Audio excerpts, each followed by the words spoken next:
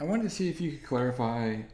There's a guy named Bounty Hunter Big Stretch, and he's talking about the story that BJ spoken about with the bathroom and the Watts, at the video shoot and all that stuff. Did you see his interview? Yeah, I saw him. I saw that interview he did over there with that guy Al Prophet or whatever, where he just like to talk. Think he knows everything. I don't know where he's from. Where y'all just let people read on the internet, and because they can speak and talk and put their opinions on stuff. I just love how y'all do that. Um, Get the job done this time. So we went up in there. Green Eyes got in his face, told him, nigga, I'm OG Green Eyes. Suge was like, they said, what's up, Suge? He said, I don't know, man. These niggas talking about I gotta go downstairs and talk to this. And he said, nigga, I'm OG Green Eyes from Bonnie Hunter, nigga. And you finna go down here and talk to the homie. But see, when Haron and them didn't move like they usually would do on any nigga, they was like, hold on, baby, eyes. Suge knew at that moment he had to go downstairs. Now, was that what you told me? The reason was, is that something you're saying on camera or not? About the organization? Yeah, I'm not gonna go deep into that because I'm not part of that, right? And the paperwork stuff, right? But I will say that them was his comrades From a prison group. and then they, everything was it was unified, and Suge didn't notice at the time that it was, they stood down and we escorted him down there, and a $500,000 check was signed over, and it went to Harrio, and we got paid for doing that, and left and still didn't know that was Suge. but yeah, a Big Stretch was around. That was Lil Stretch, Big Brother from the Bunny Hunters. He was around in and out. There's some pictures of him online at a couple of events and stuff. But pretty much 94, 95, he went to prison, as I remember. I think he shot a little girl in a drive-by accidentally, and trying to do a drive-by. But his brother was a little stretch from the Young Soldiers with my boy Big Y. And I think he was originally in that group, as I remember. And but then it later just became Big Y and Little Stretch. But I wish I would have had the story before he kind of tried to correct it. Because obviously, that I'll tell you that that Pyru sympathizer or blood sympathizer, it's like you have cripple, where he came out and said, "Nigga, you wasn't even there." At the incident I always talk about at the bathroom, but he corrected it and said maybe it was another incident or a second incident and all of that. So I'm not gonna go into that. BJ been quiet; he hasn't been speaking on me, so I'm not gonna speak on him until he speaks back on me. So no disrespect to that story. I let it stand. I told my side of what I heard. They told their side of what they heard. Big Stretch had originally told the way I said it, but now he's saying maybe it was two different incidents and he wasn't present at the one that BJ's talking about. Okay, we have to respect that because neither one of us was there. Oh, but I love how they go and say all these dudes, Heron and Buntry and Green Eyes was a general in the what they were speaking on was that paperwork stuff called UBN and United Bloodline and all of that, BGLs, all of that prison stuff. And so Green Eyes was a general in his from the prison stuff. Have never heard nothing bad about Green Eye or Rat. I tell y'all that all the time. But he tells a story like how Suge was running from him and all of that and ran to the homies. And man, I tell y'all, these stories I'll never be hearing or seeing. But I believe Suge probably walked back in the office once he saw him and all of that. But then he gonna go in the office with all these 10 Bloods and Heron and all of them. And then gonna get right in Suge's face and make Suge go downstairs.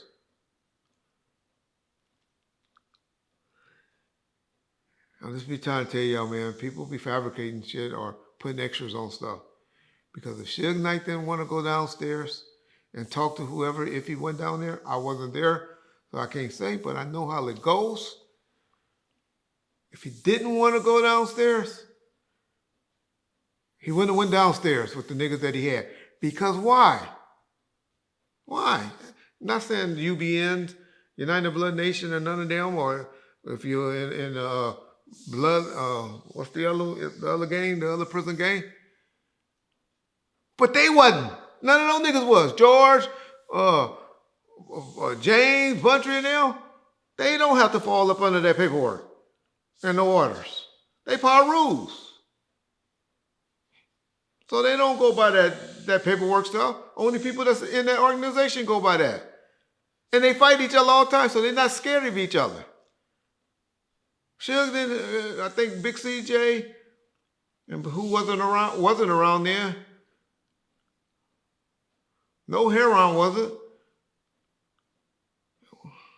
I can't think, I ain't gonna put it out there, but ain't too many of them were under paperwork that was around death row. So, yeah, Green Eyes was tough. Green Eyes and them had paperwork, and they were generals in there, but they only can call shots with people that's under their paperwork. So, if Suge would have told that nigga fuck y'all woo-woo or whatever, and didn't want to go willingly, he wouldn't have had to go, because those dudes wasn't under that paperwork. I know a lot of y'all go and listen, and people going, they're going to come back at me and tap at me and all of that. I don't care. I'm not scared of no motherfucking body. Keep telling y'all that. I just speak the real and tell the truth. Niggas is not going to sit up here and tell these stories. And any real par rules, any real BL bloodlines or UBNs will tell y'all. That's how it goes. Any Crips, tell y'all that's how it goes. Oh, nigga, use the police. How would you know? Police studies that just like a professor studies history and stuff like that. We know that. We talk to them. We deal with them. And have plenty of conversations with people. So I know this stuff. I probably talk to more gang members daily from Crips, Bloods, Part Rules than anybody other than probably Melly Mel. Guarantee y'all that.